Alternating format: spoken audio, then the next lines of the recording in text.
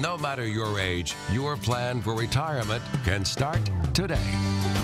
From the News Channel 5 Network, this is the Retirement Report. Good morning. Welcome to the Retirement Report. I'm Hank Parrott, your host. With me today, my good friend and special guest, Dr. Friday, with Dr. Friday's tax and financial firm in Brentwood, Tennessee. Yay! One of the things that we're going to be talking about today, we're going to get into a number of things, but of course, Dr. Friday and I, we work quite closely with my clients, and with her clients for that matter. We, as a team approach, bringing together our different expertises to give our clients the best service. One of the things you can look at, and this is one of the nice things, if you're working with an advisor, whether it's your tax person or a financial advisor, or, for that matter, if you have an attorney that's doing your estate planning documents. Ideally, you want that team approach. You want that team that's working together, that's bringing all those expertises together and putting together a plan that's going to work best. An example would be if you're doing estate planning, okay? One of the things we've talked about many times, how can I minimize taxes? Well, one of the ways you can do that, in particular, when we get into looking at the history of taxes, we are at historically low tax rates, all right? And so, show of hands, everybody out there, you watching, I want to see them, come on, hands up. All right, how many of you, okay, think your taxes are going to go up? Or I'll ask you another question. How many of you, in fact, think you pay too little in taxes? All right, is there anyone in the world, certainly in the United States, that feel that they pay too little in taxes and can't wait and say, please, government, charge me more. Please, Internal Revenue Service, take more of my check. I get a lot of that. I really do. Yeah, no. So what we want to do, in fact, is we want to minimize taxes. But one of the things that comes there, if we're at historically low tax rates, all right, we're looking at deficits. We're spending in the hundreds of millions of dollars more per year than we're taking in taxes. We're running up trillions of dollars in debt with interest on that debt increasing daily, hourly, every minute, second, right? So one of the things there, when you see that happening, at some point that's got to be paid, right? Is there any time, I mean, you're not going to see the United States go bankrupt. We don't have the opportunity for our government to go to the bankruptcy court and just tell all those people to go away, right? The creditors, the people we owe money to. So what's going to happen? How are they going to pay it?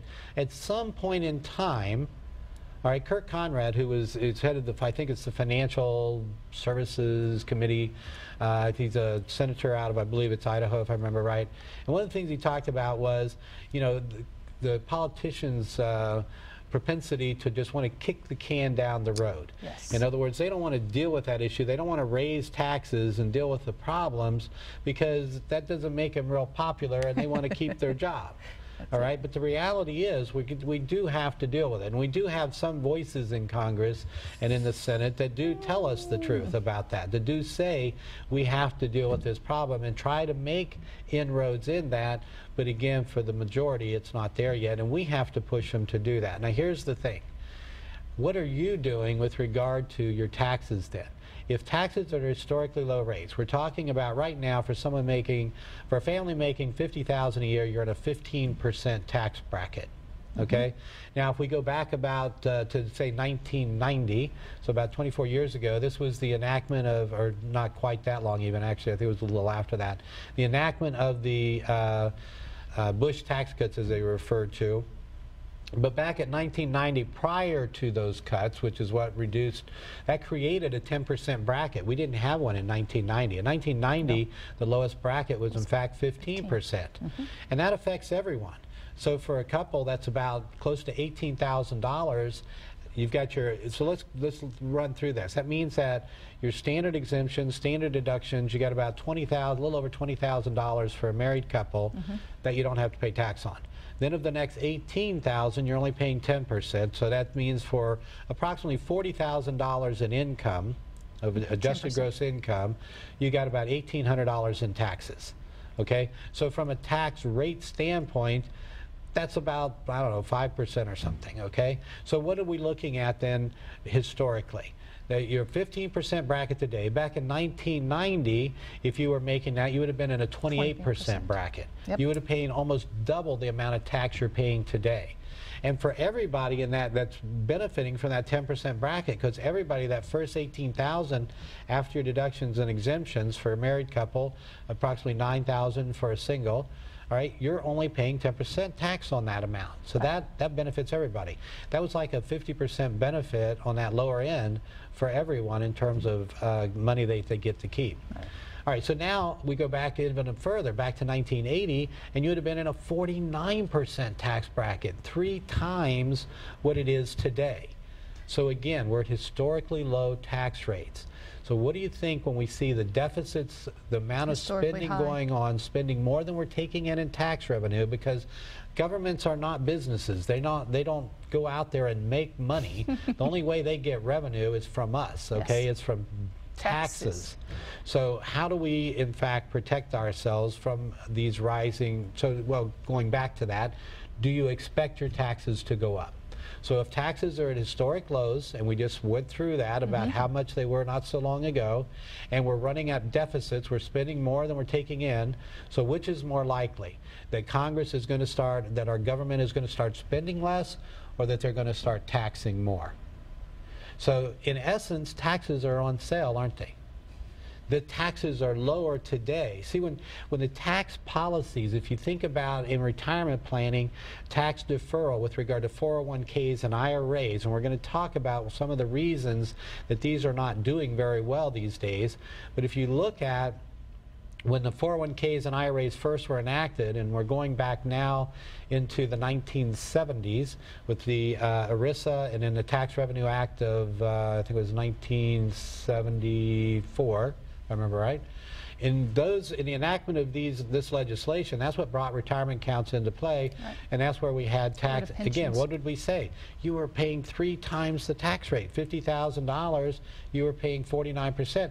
So if you could avoid paying taxes at that higher rate by putting money into tax-deferred accounts, so that when you retired, your income would, this was the concept, would be lower, you would pay lower taxes. And it had worked out well for those folks. Yes. But for today, for us today, when our tax rates are lower, does that still make sense? In particular, you have to look at what's your income going to be in retirement. Is it going to be comparable? And here's the other thing that was different. Back then, people had Social Security and pensions, and they could put that money in tax-deferred accounts. A lot of times they never even touched it. They just left it to their kids. Okay, today, however, we don't have, it's a shrinking world of pensions out there. Most of us don't have pensions, and those that do, the pensions are much smaller than what our parents and grandparents had, and not enough for us to actually live on. So we're going to have to pull money out of those retirement accounts, and we're going to have to pay taxes at that time. It's going to get added to our taxable income, potentially pushing us into higher brackets. So the point of all that is that instead of us paying, we may in fact be putting away money in tax-deferred accounts to save less in taxes and end up paying more in taxes when we take the money out. Right. So what is one of the solutions to that? Move it before you retire. So one of the things that we talk about, of course, with our clients are Roth conversions. Okay, with a Roth conversion, I can either put money into a Roth instead of traditional. Right. For many of us, we can do both. We can have some going in tax deferred and some going into tax free. So it gives us some control, and this is where doing a tax analysis of the retirement comes in, okay, of your retirement plans. How much would be appropriate to put in? I met with a gentleman just yesterday, as a matter of fact, and this is a guy that's works for the federal government, it's also National Guard. His income, because of his pensions and the amount that he's going to need to live on, is basically not really going to change much when he retires. That's typical to a point. I mean, a lot of people, that is the problem, because they still have mortgages. They still have the debt that they had when they were working. I mean, it used to be our grandparents, in some cases even parents, you might have been lucky enough where the mortgages were paid off, so they really didn't have that kind of overhead. But I think most of the people in our generation, or mine and yours, were in different generations. Studies show that about 30% of people retire with mortgages today. There you go. Okay, well, not compared to anything. That's just the fact. 30% of people are retiring with mortgages, meaning 70% have paid off their mortgages, but still your standard of living, your quality of life, a lot of times as you get older, kind of goes up. Maybe you've got more medical expenses or other things. Plus, when you're able to retire, you're going to have more time. You're going to probably want to go do some things. Build that pool house. So we don't typically see, there's one example, you don't typically see that your income needs are going to go down in retirement. If anything, initially, they may even go up. And so how do you plan on, again, we're going to talk more about the Roth conversion, about maybe putting money into tax-free accounts for retirement and some of the benefits of that, and the real importance of having an appropriate, and it's so important not to just go out and just do it haphazardly. There again, if we do it right, we can minimize taxes while we're doing it. So we're going to get into that and how you can do it when we come back. Join us here on the Retirement Report. Good point.